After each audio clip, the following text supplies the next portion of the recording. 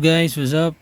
Brother ko yung nga pala, inyong lingkod. So nandito tayo ngayon sa larong to, Icarus M Guild War. So ito yung napili kong class.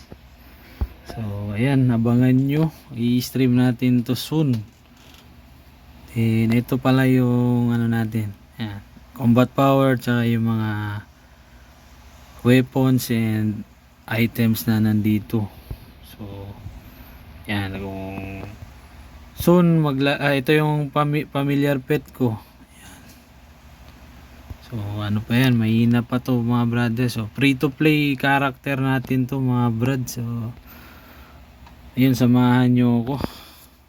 Maganda to lalo na sa busy. Kasi mag-AFK ka, makakapag farm ka. So ngayon na ito, awakening 2 na ako, level 7. Nirarush ko siya sa level. Okay din.